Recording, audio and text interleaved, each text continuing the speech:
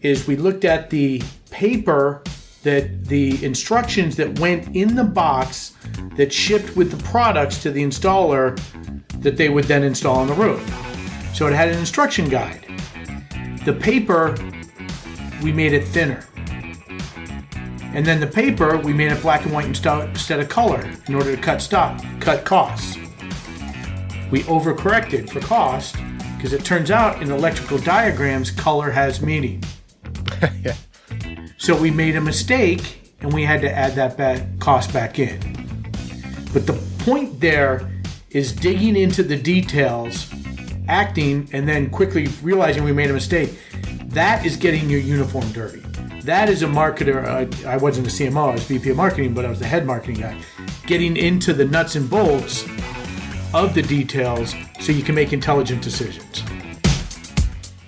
Welcome to How I Made It in Marketing from Marketing Sherpa. We scour pitches from hundreds of creative leaders and uncover specific examples. Not just trending ideas or buzzword-laden schmaltz. Real-world examples to help you transform yourself as a marketer. Now, here's your host, the Senior Director of Content and Marketing at Marketing Sherpa, Daniel Burstein, to tell you about today's guest. What do you do? Have you ever gotten this question at a dinner party or other social event? For me, I could use my title, I guess. I am the Senior Director of Content and Marketing. But what does that really mean? You're not your job title. My next guest podcast guest application really grabbed my attention because he highlighted the need to think beyond job title, discussing the lesson, regardless of job title, use your unique skill sets to accomplish mission-critical tasks. We'll hear the story behind that lesson, along with many more lesson-filled stories from JD Dillon, the Chief Marketing Officer of Tigo Energy. Thanks for joining us, JD. You bet. My pleasure. So let's take a quick look at your background, a very impressive background. So always interested in a guy who didn't start in marketing. And for you, you graduated from the United States Military Academy at West Point with a degree in electrical engineering. Then you went on to be a captain of Defense Air Artillery in the U.S. Army. Very cool. Thank you for your service. Let's look at some of these really cool marketing roles you got. Vice President Marketing at Cypress Semiconductor, Vice President of Customer Operations, Sales and Marketing at OCZ Storage Solutions, now a Toshiba Group company, Vice President of Marketing and Pricing at Enphase Energy, and also a volunteer as a baseball umpire for Little League International. We're going to see that level of baseball in your lessons. But now you are the Chief Marketing Officer at Tigo Energy. Last year, Tigo Energy announced a $20 million round of investment led by Energy Growth Momentum. With over 50,000 installations in over 100 countries on all 7 continents, Tigo systems generate more than 1 gigawatt hour of daily solar production. So always like letting the people know about the company you're working for. But then I asked JD, well, what should we know about you? What's a good data point we can use? And this is what he gave me. He said, Enphase Energy. Remember, he was a vice president of marketing and pricing. When he started there, it was at 72 cents. When he left, it was at $200. And he mentioned this was mostly during the Trump energy. Keep in mind, this is a renewable energy company who shot through the roof during the Trump administration. So I think we're going to learn a lot from you, JD. But let's start, before we get into any of your stories or lessons, what is your day like as CMO for Tigo Energy? Well, I start early. You mentioned earlier I've been in the military. I've been an early guy. I delivered papers when I was a kid. So I was a paper boy back when they had those. So I get up very, very early, but I come in about 5 a.m. and I spend my day on essentially 3 things. And I think of it in terms of physical attributes: thunder, lightning, and structure.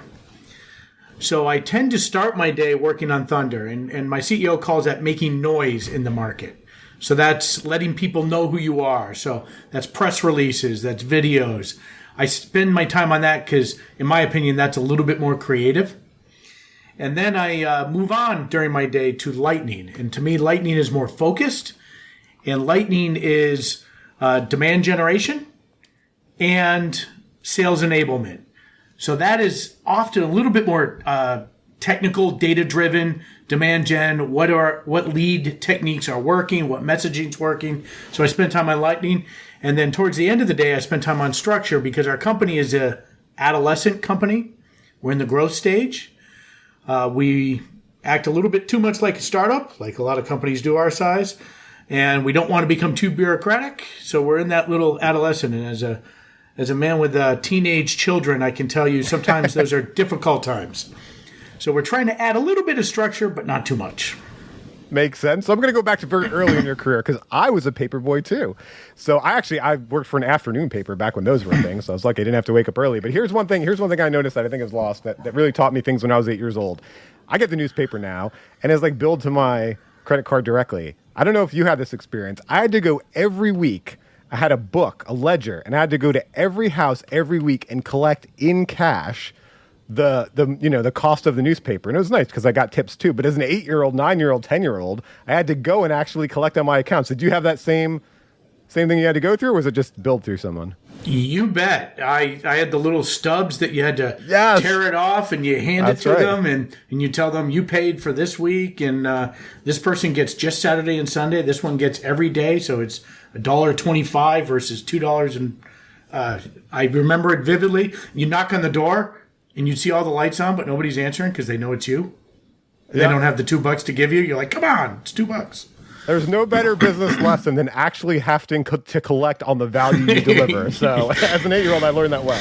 Let's start by talking about some more interesting stories. Some stories about the things you made. And I mentioned you as a Little League baseball umpire because for your lessons, you use quotes from famous baseball players, which is a lot of fun. So the first one is from Wee Willie Keeler. He was a baseball player from the turn of the century. And he said, hit it where they ain't. So how did you learn this lesson, JD? So at Cypress Semiconductor, I was out of the just out of the military, so I was new in the corporate world. I was a little bit older than my contemporaries, and what I searched for was areas of the company underutilized resources, and turn them into a competitive weapon. So in that role, I actually saw about 24 inside salespeople spread around the world. They were in every office, every sales office, and I thought that they were not being utilized to their full potential. They were generally the most junior person or the most inexperienced person or just on the rank. That there was like 4 salespeople, 2 application engineers, and the inside salesperson. And that person was often a woman, and they were often treated to not the best experience and not utilize the full capability. So I gathered them up under me, put a strong person in charge. She herself used to do that. Very strong woman, a great person. Her name's Tamara. She was hungry to succeed. She gave them a vision and turned their jobs into a career. And they became a competitive weapon out of the inside sales role spread around the world. So let me ask you talk about going from the military into marketing. Do you notice any similarities or differences or something you learned from there? Because one thing I see all the time is as marketers, we just love using military language. I don't even think we know we're doing it. Like a campaign that comes from a military campaign, right? We talk about air cover. We talk about targets. We talk about all these. Even you said competitive weapon. So I wonder, like from your experience in the military, like jumping into marketing, what did you see? I mean, that's one great example of these underutilized resources. Were there other like similarities or differences you noticed? Competitive analysis. There is an entire job in the military. It's called the S5 or the G5. Oh my goodness, yes, S5 or G5. It's been a while since I've been in the military. That the S2. Oh my goodness, if anybody on here is from the military and they're angry right now, it's been 30 years for me. So the S2, that person's job is to analyze the battlefield from the competitive perspective. So you're basically saying during the wargaming before the battle, how is the enemy going to come at me? Are they going to use air? Are they going to use artillery? Are they going to do a flanking movement? What are they going to do? Well, we do that all the time in marketing. What is our competition going to do? Are they going to cut prices? Are they going to focus on a problem we had in this region and talk about it in the other region? That is competitive intelligence and market intelligence, and in this case, enemy intelligence. It's very, very similar. And is that where you play like you war game, like you play war game? If I was this leader, here's what I would do. I would do this and this and this and this, and then see how you defend it. Absolutely. And if you really wanted to get geeky, I don't personally use this, but I've got friends that do a lot of game theory. And that is, if we're going to raise the price due to the supply challenges right now, is the competitor going to cut the price and say, see, we care about the hurricane-torn area, right? So that would be an example of what do you do if they do that in response to you? Yeah, I love that. I think that's a great strategic leadership move. I think sometimes I've seen what I'll call the rah-rah leader, right? And maybe they came out of sales or whatever, where it's like they just always make it like we're the best and the competitors are. I was starting with this startup once, and you know, startups sometimes have to have this mentality because you know how much energy and time and treasure you have to put into being a startup. They're like, okay, if you come on board, you have to realize this one thing: we have the breakthrough technology. Nothing else can compete with us. And, we're going to just dominate this market. And I said, really, I have to think the opposite. I have to think, who cares about this? And why is everything better? Because that's what every investor and customer is thinking. So I love that mentality of having that person, devil's advocate, whatever you want to call them, S2, on the team that's like, okay, no. It's not about this is our team, that's their blue team, red team, we're better than them. It's let's think strategically like they are, because we can't have all that same, group think in this room of like, yeah, we're the best or whatever. All right, well, here's the next. I love this quote. This is one of my favorite quotes. It's from New York Yankee great Yogi Berra. In theory, there is no difference between theory and practice. In practice, there is. So how did you learn this lesson in your career, JD? Execution's everything. I believe very much in action. When I was at Cypress Semiconductor, I remember I was sitting in a it was a ballroom at a hotel, and there was about 40 senior people in there, and I had just come on board as a marketing person, and one of the engineers said, "We have to find a large market with high profit margins and not very many competitors." Huh. Wow. That's impressive strategy there. And it was an idiotic statement. And it's why the person was an engineer and I was in marketing. And so as marketing, I believe execution's everything. Whatever you come up with, what I just described is you're not going to be able to execute. That's dumb. So when I was at Cypress as VP of marketing, when I came to Tygo Energy in 2020, I determined that marketing had to be about driving revenue. So I showed up here and I was focused on, at first, sales enablement. But I realized that we had to switch to demand generation. So I wanted to, rather than give the tools to the salespeople, I wanted to give them the leads and give them the hot leads. And 2020, we're talking about in the middle of pandemic, of course. Mm-hmm. So I deployed On24 for webinars, and I happen to believe this is not a paid endorsement for anything, but I think they're a great platform, and I use it. So On24 for webinars, and in the first half of 2021, I brought in 2,400 attendees. Now, my goal was to just get butts in the seats, get them in the door, figuratively, get them online, get their names, get them interested. And we've since worked on getting more lead qualification and efficient processes, but execution was everything.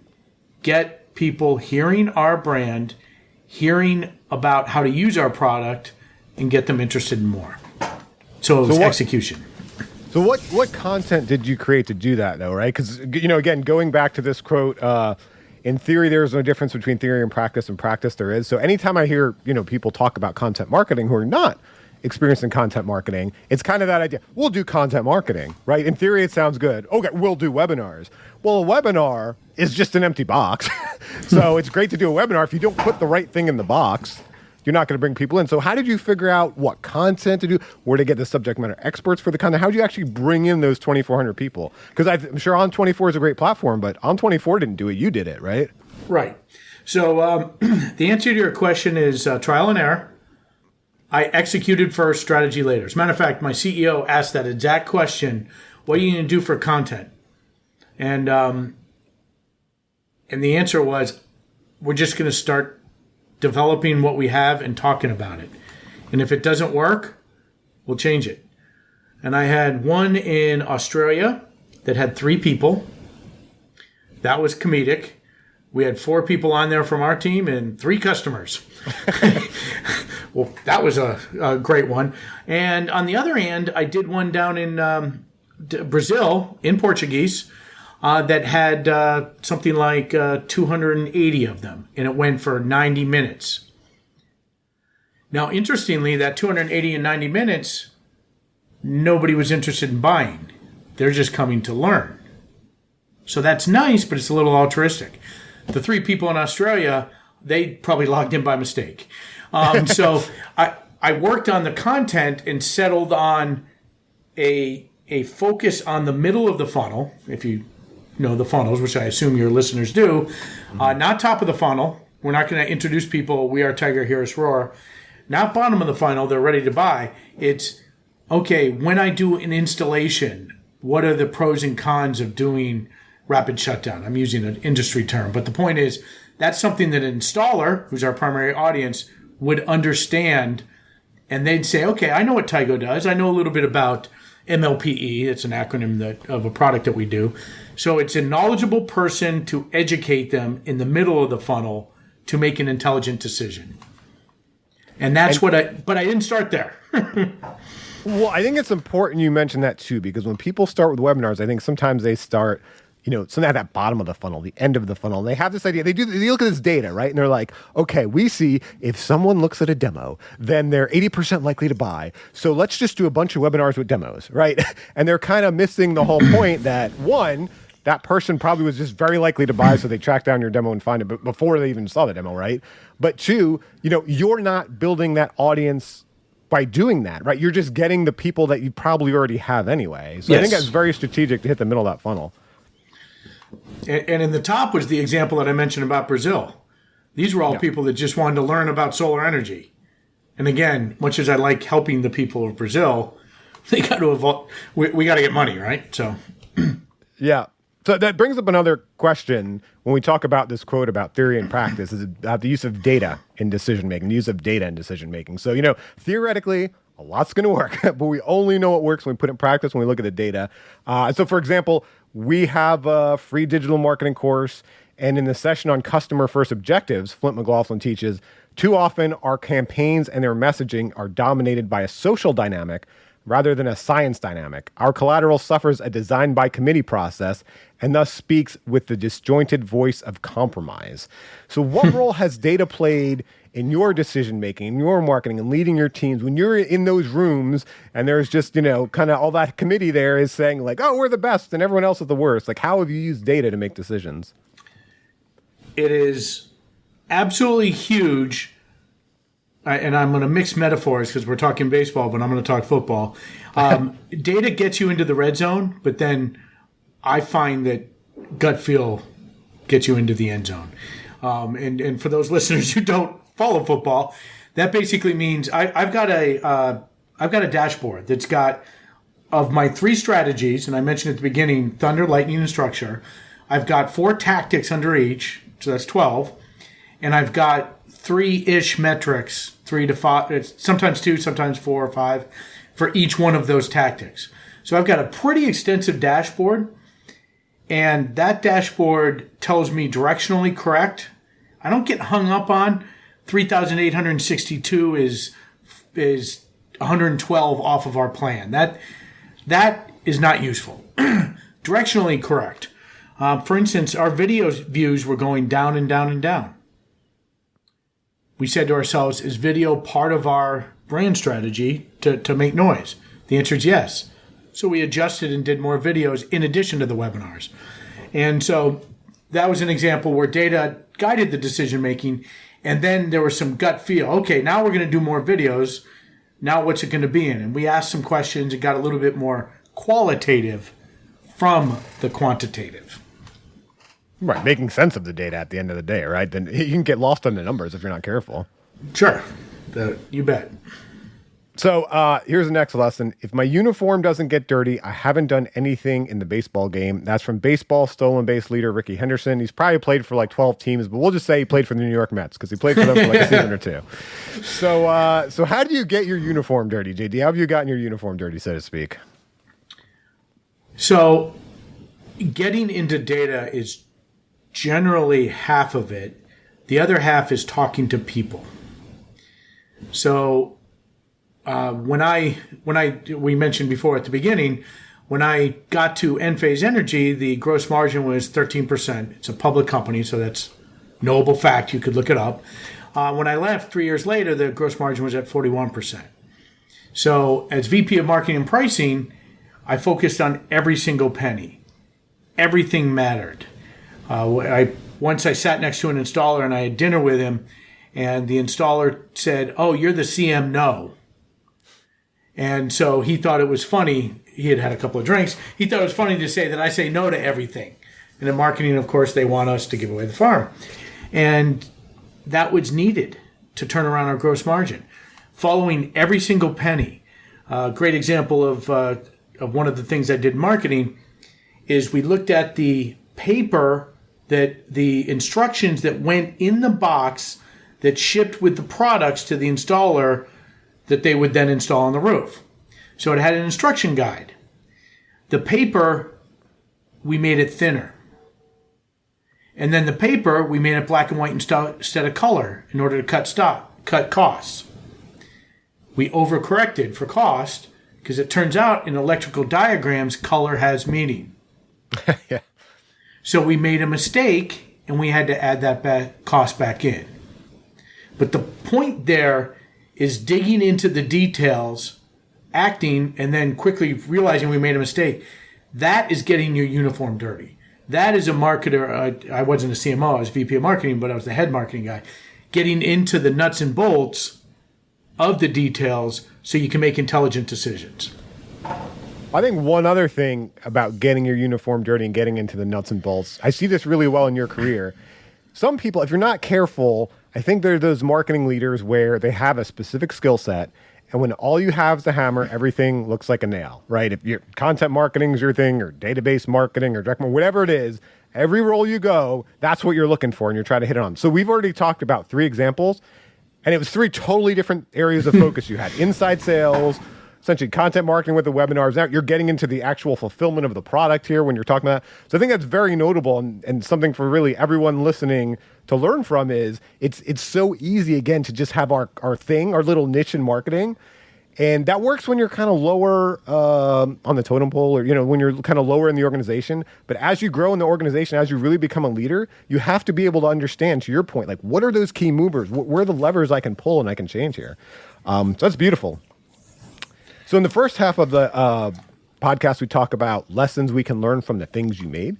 In the second half, we talk about lessons you can learn from the people you collaborated with. Because that's what we do as marketers. We build things, we make things, like the teams you made and you talked about, the webinars you made. But we also make them with people. Collaboration is so key, as I assume it is in the military as well. And the first lesson you have here is the most important professional skill is getting things done at your company by pushing boundaries, but also operating within the culture of the company.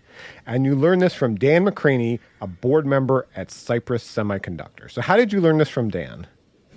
So I was benefited by spending time with a member of the board. So I was a senior director of marketing, and then I was vice president of marketing.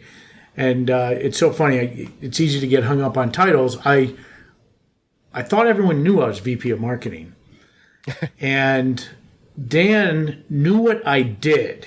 And at the company, I was in charge at the time of Net Promoter Score, pricing, forecasting, which is funny because as you hear those 3 things, you'd say, wait a minute, but you were VP of marketing. That doesn't really sound like marketing. And I had product marketing as well. So those were the functions I did, and I thought that's what marketing was. And after 2 years of one-on-ones with Dan, where I got all kinds of great information to me, he actually said, what is your title? And I was shocked. I said, VP of marketing. He said, oh, really? I didn't know that. Now, this is a guy who's very powerful man. He's been on multiple boards. He's been CEO at a couple different companies. On semiconductors, pretty well known in semiconductor. He was on the board there. And he didn't even know what my title is. And he didn't care. He knew what I did. He knew when he heard me in the boardroom, he knew the actions that I took care of. And so he wanted to help me, which is frankly a honor. And he didn't even know my title. It doesn't matter. As you said, I've done all kinds of different things. And the title really doesn't matter in the end to the people that matter. And that was amazing. So let me ask, we're going to ask about one of your specific examples in a bit, but let me ask how you manage your team and how you work with job titles for your team. Because you said about not managing to leaders. From my experience, sometimes it really matters to the people on your team. And for example, I interviewed Ariel Glassman. She's a director of marketing at Sage Communications. I interviewed her earlier on the How I Made It Marketing podcast. And she said flexibility and agility are key components of a successful collaboration. And she was telling the story of a project where, again, they had specific roles, but at the end of the day, they had to do the things they had to do to be successful and weren't kind of, just fit so tightly into those roles. So when you're managing a team, how do you manage your team with job titles, and how do you communicate to them that need for flexibility and agility? Title is one of the levers to influence people. Some people care more about money, and they couldn't care less about title. Some care about title. Some care about the cube that has a view of the window, which is amusing because oftentimes the window looks out into the parking lot. You're like, why do you want to see the parking lot? But you know what? That's not you. Yes. Every person will be motivated by something different, and you've got to figure out what matters to them. So a great example, I just was hiring for a sales development rep, and the person didn't want to have the people, we hired 2 of them, didn't want to have sales in their title. So we hired him as a marketing associate. The job's the same. The job description was identical. They do things that I think, in my head, an SDR does. But they're called marketing associates. And that makes them feel better, so be it. Who cares? Yeah, I think there's a great lesson there, too. As we talked about in your career, you finding the key levers within a company. It's the same, too, within a person, understanding. That's a tough lesson to learn when you start managing people. I think the first fallacy is everyone's like me, right? And you try to manage them like they're like you. And I think getting to that point, we understand, no, they're not like me, they're like them. And I have to understand. And they're all different too, especially if you're managing a bigger team with different discrete skill sets on it. Not to drift, but it's parenting. Parenting's the same way, right? That's, oh my gosh, that's true. And you think they're made from your DNA. You think they would be like you, but no. No. All right, well, let's talk about job titles. You've got a great example from your career. You said the lesson you learned was regardless of job title, use your unique skill sets to accomplish mission-critical tasks. And you learned this from Ralph Schmidt, the CEO and director at OCZ Storage. So how did you learn this working with Ralph? Just a quick sidebar on the company, pretty interesting. I showed up, continuing with my baseball analogy. I thought when I got there, the stock was at $1, and I thought I was going to get a double. Turns out I got a walk. The company went bankrupt 6 months into it. We actually missed payroll. That is quite an experience to have to go through. And then got bought by Toshiba in an asset sale. So right after we got bought by Toshiba, it was an asset sale, so they had very low expectations of us. But of course, we wanted to, as a company, exceed the expectations. I happen to have developed a strength in 8D problem solving, which if you do a little bit of research on 8D problem solving, it happened at Ford Motor Company, started in 1986. It's a method of approaching the 8 disciplines is what the D stands for. And it's a systematic way to fix problems. Well, this has nothing to do with my job, but I led a 6-team initiative where I had multiple teams around the world. We eventually identified 19 root causes with the corporation and 59 corrective actions. And the asset sale, which was contingent upon hitting certain milestones, and they could have canceled it at any time, so it was very precarious as a company, went through. And I would contend that part of it was due to the 8D that I conducted. Now, you say to yourself, VP of Customer Operations, what does that have to do with 8D problem solving? Nothing. It's a skill set I had. It's a skill set they needed. Skill set we needed. And the CEO, who, by the way, was at Cypress with me before, knew I had the skill set and chose me for this great task. And now, are you doing the same in managing your team? Like when you have managed teams over the years, you're saying, okay, maybe this person is in this role now. I know some of the best opportunities I've had to give people advancement and stuff is not necessarily was the exact thing they're doing. It's you say, well, there's an opportunity here for a person. Of course, they have to stretch. They have to meet a stretch goal. They have to get there. But there's an opportunity in this person that sometimes they don't see in themselves. So have you kind of done the same thing? And when you talk about looking at underutilized assets, looking across your kind of team portfolio and saying, hey, where can I put this player to play better? Put Ricky Henderson in as pitcher. Maybe. No, he needs to steal. I absolutely have, and I actually have a wonderful example right now. A gentleman over in Italy who was doing a lot of different things in Italy, and he was applauded for his operational skills, but he is a musician. He's a creative genius. He wanted to do more of that, and he actually kept on getting pulled back into areas that others wanted him to do, but he wasn't getting professional and personal growth and fun out of it. So he now does creative. He's doing a great creative campaign for a product rollout. He's having fun. He records the guitar licks behind our videos. So he gets to go in the recording studio and he's got all the guitar. He's having a blast. So what's your structure for identifying that now? Because, so many of us work remotely. It's not seeing people over the water cooler. Obviously, you're not in Italy. Do you have weekly one-on-ones, monthly one-on-ones? What do you do to make sure you're connected enough to your team to be able to identify those skills? Weekly one-on-one is absolutely the most important thing on the calendar. I absolutely try my best to never cancel them for any reason whatsoever. I will move them around sometimes 3 or 4 times to make sure they happen. And I tell folks, because this is what I learned from my boss many, many years ago, the one-on-one is their time with me, not vice versa. One-on-one with me, with somebody that works for me, is not the time for me to go through their to-do list. That is not appropriate. It's the time for them to share with me. And I always have them, if they have people, start with people. So that reinforces by example. And I do the same with the CEO, by the way, my boss. Well, speaking of your boss, you said you learned business must have a relentless focus on ROI, which includes marketing. And you learned that from your boss, Zvi Alon, CEO and chairman at Tygo Energy. So how did you learn that from Zvi? So at the company, when I started here, I got an office here. So for whatever reason, we're set up in offices. So I have an office right next door to this recording studio. None of the furniture matches. And it's funny, I brought my mother here. My mother came to visit, and I brought my mother, and she says, the furniture doesn't match. And I say, yeah, who cares?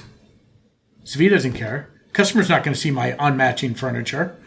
I don't care. So why spend the money on it? Everything has to have an ROI. When I go to a trade show, I can tell you, I'll avoid the exact numbers, but the first half of the year, I reported to Zvi the exact amount we spent on trade shows, and we went to 9 of them, and the exact amount around the world we spent, the exact number of leads we generated, the exact number of customers we met with, and revenue that was attributed from these trade shows. And the answer was a 10-to-1 ROI. So if someone comes in and says, we need to buy a bunch of hats and hand it out. Sorry. Are we going to get an ROI on the hats? No. Well, let me play devil's advocate for a bit. Let me wear the other hat in this conversation. So are there things that are difficult to manage a direct ROI for, but they matter? Is it branding in a industry magazine where you can't get that exact ROI, but then because of that, when someone shows up at the trade show, they see Tygo, they're like, oh yeah, I've been seeing ads, in this industry magazine for the past 6 months, and I know who they are and I want to talk to them. Like, are there any of those things where you're like, it's not quite measurable? I would contend no. I would contend everything is measurable. It's not always measurable with revenue or profit, but I believe it is measurable and it is still worthy. I can tell you, for example, we're very big on press releases, which is very, very old school. But I can tell you that in Q2 of 22, I did 5 press releases. We had 100,183 Business Wire views, 3,375 links, like clicks on links. And I can tell you how each one of them performed versus each other, and that's continuous improvement. And a businessman who's not kind of pedantic and annoying about it, and my CEO is a great businessman, he knows that matters a lot. So he says, what are you doing to increase the number of views you get? And we talk about that, right? So can we say how much revenue have we gotten because of press releases? No. But I can say 100,000 people had a look at our press release. And you mentioned a dashboard earlier. So let me ask, how does this all roll up into your dashboard? Is this something you've got eyes on daily, weekly? Like, how's that all working together? So I clearly wasn't, well, not clearly, but I wasn't doing what I just said off the top of my head. I actually called up the dashboard as we were talking. Oh, is that what we're looking at? I looked at the exact number. Perfect. And the answer is each of these rows, I look at it every month. I've been at companies that looked at it every week. That's too frequent. You get caught in the noise. Every quarter is how I report out to the board and the CEO. And in the month, to me, is a quanta of time that you can adjust fire. Oh, look at that. I used a military term. It's the time that you can actually say, oh, we're going down and to the right. We need to be up and to the right. And you're reporting it out quarterly to the board, the CEO. Is there anything you're doing internally with the team? Is it up on a wall? Does everyone go into SharePoint and see this? Or is this just something you're looking at? Once a month in my team leader meeting, we actually look at it. So the person who's assigned to it brings it up, and we go through each, and we actually discuss each one of the metrics. Then I will read it over the subsequent week, and then I will put it up with some suggested actions, and then we brainstorm the actions. So do we need to do more videos in Australia? Do we need our webinars to be, oh my goodness, why haven't we? It's been a long time since we did a webinar in Poland, etc. So that's where we talk about actions to impact the dashboard. Okay. All right, great. Well, we talked about a whole lot of things, what it means to be a marketer. We even talked about other professions like the military and baseball and newspaper delivery boys and how that factors into being a marketer. So if you had to break it down, JD, what are the key qualities of an effective marketer?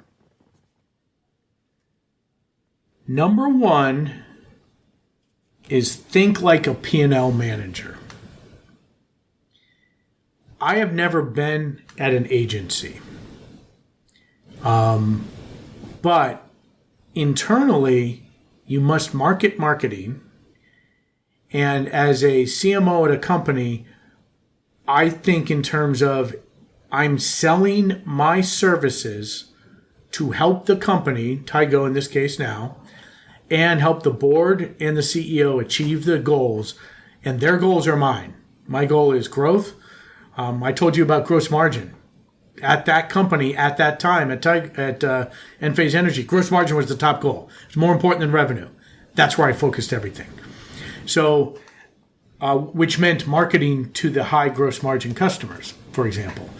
So, I look at my job as a P&L, and if someone paid me for all my dashboard metrics, am I making a lot of money? And that to me is number one. Then there's two kind of subjective ones, is curiosity and listening. I think are very important. A lot of people will talk about those, but I think the P&L one is might be a little bit different than others would do. It's a business at the end of the day, right? Oh, yeah. Thanks so much for your time, JD. I learned a lot. The pleasure was all mine, and go Mets. hopefully we'll see them do well this year in the playoffs. We can only hope. We could always hope. Thanks to everyone for listening. Thank you for joining us for How I Made It in Marketing with Daniel Burstein. Now that you've gotten inspiration for transforming yourself as a marketer, get some ideas for your next marketing campaign from Marketing Sherpa's extensive library of free case studies at marketingsherpa.com. That's marketingsherpa.com.